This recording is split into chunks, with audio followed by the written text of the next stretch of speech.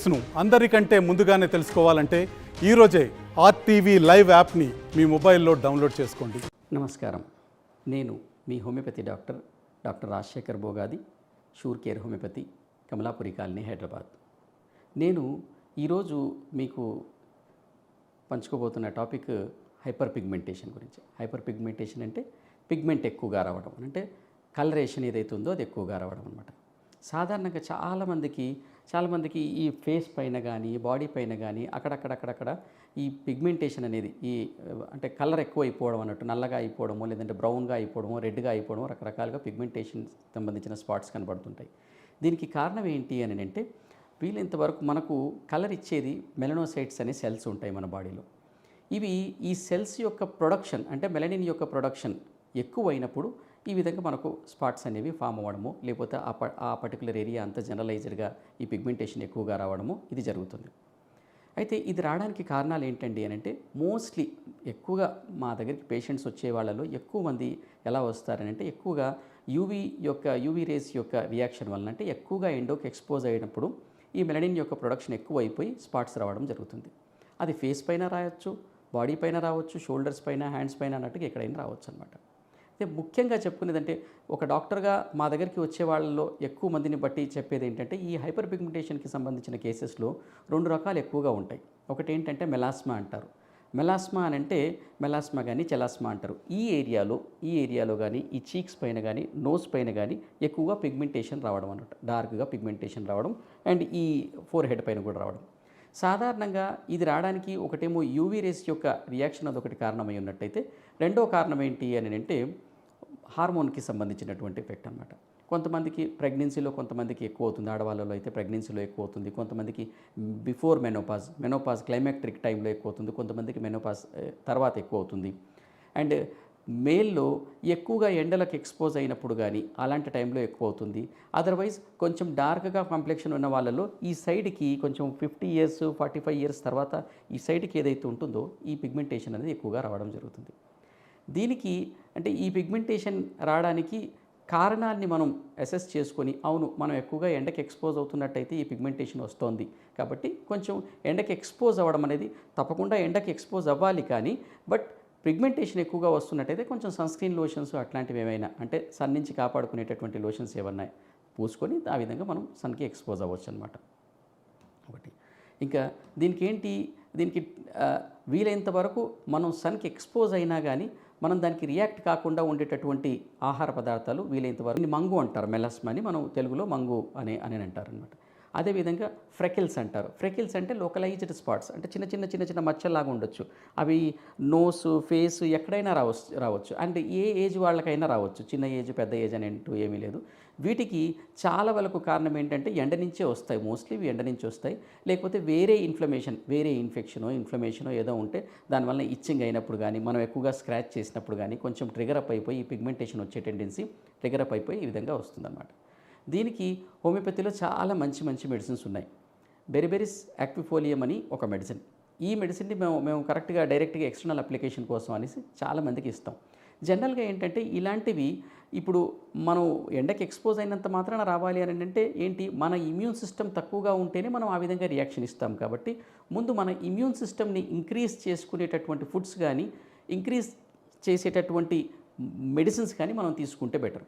హోమియోపతిలో ఏంటంటే కాన్స్టిట్యూషన్ విధానం అని ఉంటుంది. దాని ప్రకారంగా మొత్తం పర్సనాలిటీని అసెస్ చేసి ఇమ్యూన్ సిస్టమ్ని ఇంక్రీజ్ చేయడానికి మెడిసిన్స్ ఇస్తారు. ఒకవైపు నుంచి ఇమ్యూన్ సిస్టమ్ ఇంటర్నల్గా మనం మెడిసిన్ తీసుకుంటూనే ఎక్స్టర్నల్గా కూడా కొన్ని థింగ్స్ వాడినట్టయితే, హోమియోపతి మెడిసిన్స్ వాడినట్టయితే చాలా చక్కగా ఈ పిగ్మెంటేషన్, ఈ మంగు కానీ లేకపోతే ఈ ఫ్రెకిల్స్ కానీ ఇంకెక్కడైనా కానీ పూర్తి డార్క్గా పిగ్మెంట్ ఏమన్నా ఉన్నట్టయినా కానీ అవన్నీ తగ్గిపోతాయి. దీనికి తోడు ఏంటంటే ఫంగల్ ఇన్ఫెక్షన్స్ ఉన్నప్పుడు కూడాను కొన్నిసార్లు ఫంగల్ అనేది బయట నుంచి వస్తుంది, కాంటాక్ట్ నుంచి వస్తుంది, ఎండ నుంచి కాదు ఇది వచ్చేది, కాంటాక్ట్ నుంచి అటువంటి నుంచి వస్తుంది. కాబట్టి వీటికి సంబంధించి కూడా కొన్నిసార్లు మనకి ఇన్ఫెక్షన్, అంటే ఫంగల్ ఇన్ఫెక్షన్ తర్వాత కూడా పిగ్మెంటేషన్ అనేది రకరకాలుగా, ఓసారి వైట్గా కూడా అనిపిస్తుంది, ఓసారి డార్క్ పిగ్మెంటేషన్ రావచ్చు, ఓసారి రకరకాల కలర్లో వస్తుంది. ఇప్పుడు దీనికి సాధారణంగా నేను చెప్పాను, హోమియోపతిలో ఈ విధంగా హైడ్రోకోటోలేనో లేకపోతే రకరకాల మెడిసిన్స్ అని ఉన్నాయి. బెరిబెరిస్ యాక్విఫోలియమా, లేకపోతే కెలాండులా, లేకపోతే బెలడోనా, ఈ విధంగా రకరకాలు ఉన్నాయి. వీటికి సంబంధించి నేను చాలా కాలంగా నా ప్రాక్టీస్లో నేను ఎక్కువ యూజ్ చేస్తున్నటువంటి మెడిసిన్ ఏంటంటే ఈ కాంబినేషన్, రీఅష్యూర్ అని ఒక కాంబినేషన్ ఉందండి. ఇంతకుముందు చెప్పినట్టుగా నేను దీంట్లో కెలాండులా కానీ లేకపోతే బెర్బెరీ సాక్విఫోలియం కానీ శాంటాలిన్ కానీ ఏవైతే నెససరీయో అవన్నీ ఉన్నాయి. ఇది పిగ్మెంటేషన్ని చాలా చక్కగా చాలా క్లియర్ చేస్తుందన్నమాట. అండ్ దీనికి తోడుగా ఇక్కడ చాలాసార్లు రియాష్యూర్ ఇస్తాను, దానికి లేదంటే ఫెయిరీష్యూర్ని ఒక మెడిసిన్, ఇది కూడా ఒక కాంబినేషన్. ఈ కాంబినేషన్ ఏదైతే ఉందో ఫెయిరీష్యూర్ కాంబినేషన్, ఇది దీనికి తోడు ఒకసారి పిగ్మెంటేషన్ తగ్గినంత మాత్రాన పిగ్మెంట్ కొంచెం లైట్ అవుతుంది, కానీ గ్లో రావాలి ఫేస్లో అని అంటే ఇది చాలా చక్కగా యూజ్ అవుతుందన్నమాట. ఇది ఫెయిరీష్యూర్ అనేటటువంటి ఈ లోషన్. అయితే వీటికి తోడుగా కొన్నిసార్లు పిగ్మెంటేషన్, ఇప్పుడు పింపుల్స్ వస్తాయి, పింపుల్స్ పిగ్మెంటేషన్ని లీవ్ చేసి వెళ్ళిపోతాయి అని అంటే కొంచెం గుంటల్లాగా అట్లా పడతాయి అన్నమాట. అలాంటప్పుడు వీటికి తోడుగా కొంచెం కొన్నిసార్లు మాయిశ్చరైజర్ అవసరం వస్తుంది, కొన్నిసార్లు ఆ గుంటలుగా ఫామ్ అయినటువంటి వాటిని తీసేయడానికి కొన్ని రకాల మెడిసిన్స్ ఏమైనా యూజ్ చేయాల్సి వస్తుంది.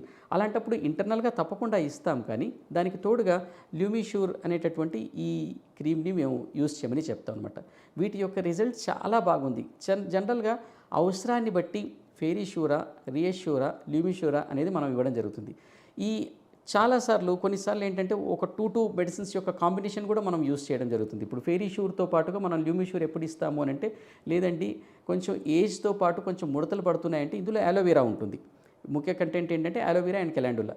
వీటికి పింపుల్స్ ఎక్కువగా వస్తున్నాయి, కానీ ఆ పింపుల్స్ వలన నాకు ఈ విధంగా వస్తుంది, లేదంటే డాండ్రఫ్ వస్తుంది, డాండ్రఫ్ ఫాల్ అవ్వడం వలన కొన్ని ఎరప్షన్స్ వచ్చేసి మెల్లగా డార్క్ పిగ్మెంటేషన్ వస్తుందంటే సాధారణంగా మేము ఈ ఫెయిరీష్యూర్ అనేటువంటి క్రీమ్ని యూజ్ చేయమని చెప్తాము.